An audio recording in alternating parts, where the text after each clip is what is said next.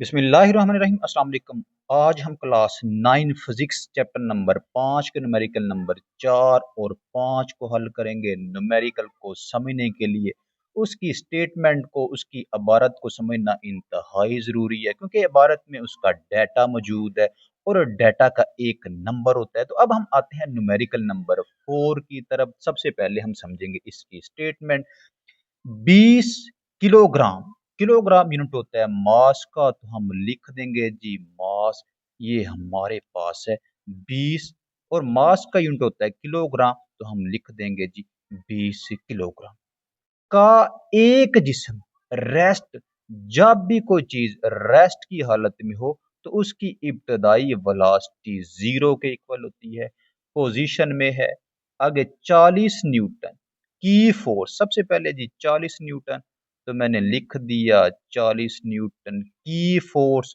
Force को हम ज़ाहिर करते हैं एफ के साथ, लिहाजा फोर्स हमारे पास आ गई है जी 40 न्यूटन।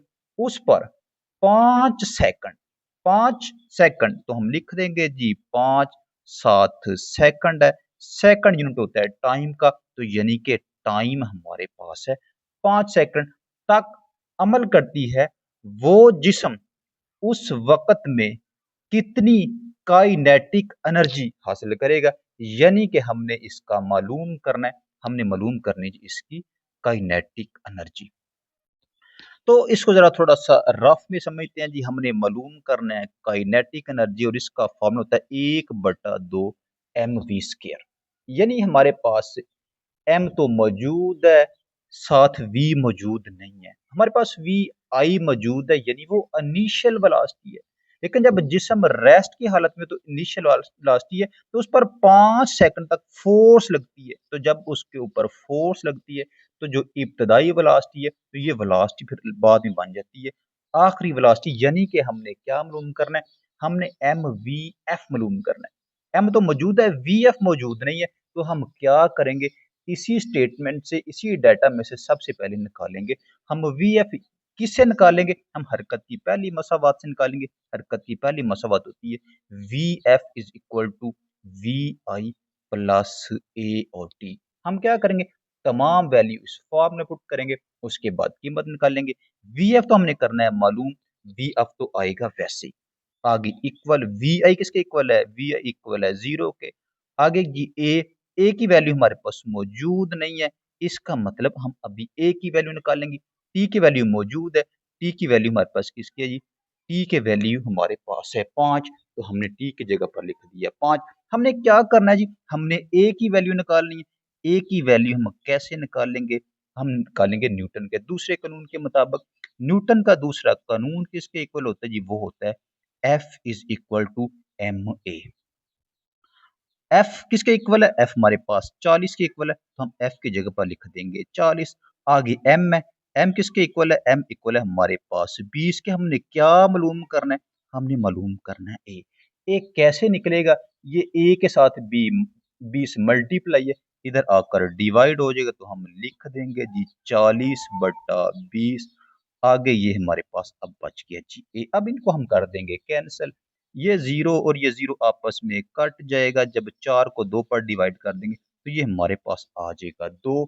ये क्या चीज है जी, ये हमारे पास आ गया ए, यानी कि एक्सेलरेशन इसका यूनिट होता है मीटर पर सेकंड स्क्वायर। अब हम क्या करेंगे, इस जो ए की जगह पर हम ये दो वैल्यू पुट कर देंगे, तो हमारे पास आ जाएगा जी 2। अब हम इनको आपस में प्लस माइनस कर देंगे, वी एफ वैसे आ जाएगा। 2 को जब 5 के साथ ज़र्ब कर देंगे तो 10 बन जाएगा, 10 को जब 0 के साथ प्लस करेंगे तो ये 10 ही रहेगा। ये वेलोसिटी है, इसका यूनिट होता है मीटर पर सेकंड। हमने क्या मालूम किया है, हमने वी एफ मालूम किया। क्यों मालूम किया, क्योंकि हमने निकालनी काइनेटिक एनर्जी, तो लिहाजा अब हम लिखेंगे काइनेटिक एनर्जी का फॉर्मूला। काइनेटिक एनर्जी का फॉर्मूला हमारे पास 1/2 एम वी स्क्र, और हम लिखेंगे वी एफ। तमाम वैल्यू अब इस फॉर्म में पुट कर देंगे।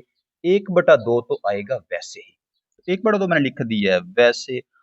आगे एम है, एम की वैल्यू मौजूद है। एम की वैल्यू किसके इक्वल है जी, एम की वैल्यू हमारे पास 20 के इक्वल है, तो हम एम की जगह पर लिख देंगे 20।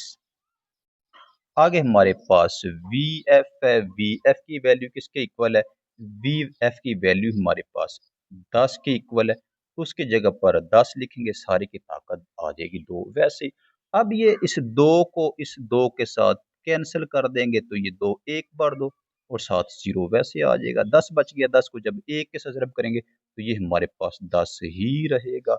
आगे ज़रब है 10 की ताकत 2 का मतलब है 10 को 2 बार ज़रब करें, यानी 10 ज़रब 10 ये हमारे पास आ जाएगा 100 के इक्वल।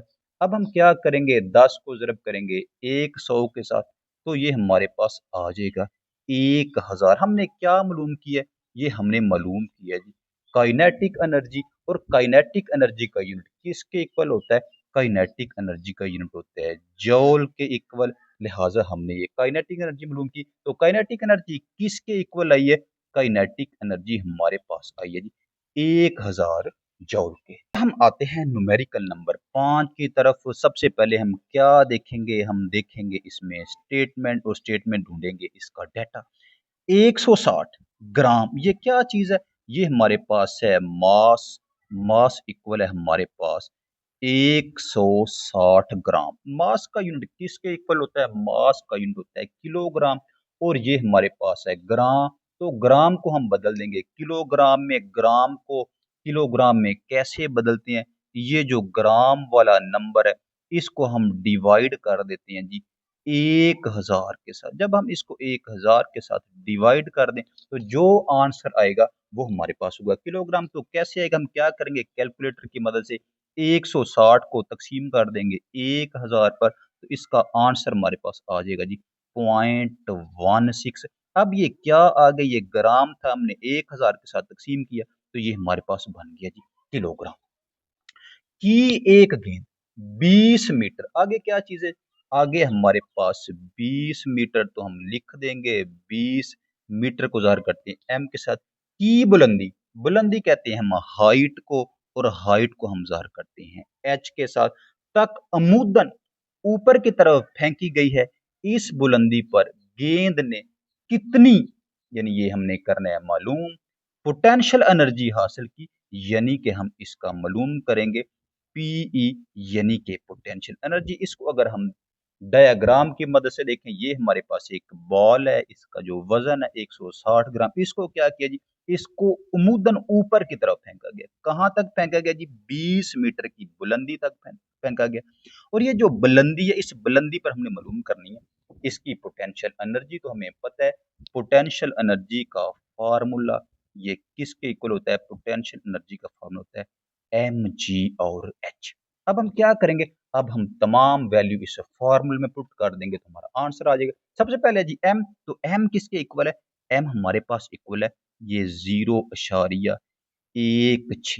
आगे ज़रब है, आगे क्या जी, जी। जी क्या होता है, जी होता है ग्रेविटेशनल एक्सेलरेशन, और इसकी वैल्यू फिक्स होती है, ये आपने ज़बानी याद रखनी। जी इक्वल होता है 10 मीटर पर सेकंड स्क्वायर। अब हम क्या करेंगे, एम की वैल्यू हमने पुट कर दी, ये वाली एम वैल्यू। अब जी है, जी किसके इक्वल होता है जी, जी की वैल्यू फिक्स है, जी की वैल्यू हमारे पास है 10, तो हमने लिख दी है 10। आगे ज़रब, आगे क्या चीज़ है जी, आगे ये हाइट यानी कि एच। हम क्या करेंगे, इस एच की वैल्यू पुट कर देंगे। एच की वैल्यू किसके इक्वल है, एच की वैल्यू हमारे पास 20 के इक्वल। अब क्या करेंगे, अब हम इन तमाम वैल्यू को कैलकुलेटर की मदद से मल्टीप्लाई कर देंगे तो हमारे पास इसका आंसर आ जाएगा। सबसे पहले क्या है जी, 0.16 हम लिखेंगे जी 0.16। उसके बाद इसको मल्टीप्लाई कर देंगे 10 के साथ तो आ जाएगा 10। उसके बाद 10 को मल्टीप्लाई कर देंगे 20 के साथ, तो 20 के साथ मल्टीप्लाई करने के बाद हमारे पास इसका आंसर आ गया 32। तो हम लिख देंगे ये हमारे पास है 32। ये किसकी वैल्यू है, ये हमारे पास वैल्यू है जी पोटेंशियल एनर्जी की। और पोटेंशियल एनर्जी का यूनिट होता है जूल। और हमने लिख दिया जी पोटेंशियल एनर्जी किसके इक्वल है, हमारे पास पोटेंशियल एनर्जी ये इक्वल है जी 32 जूल के।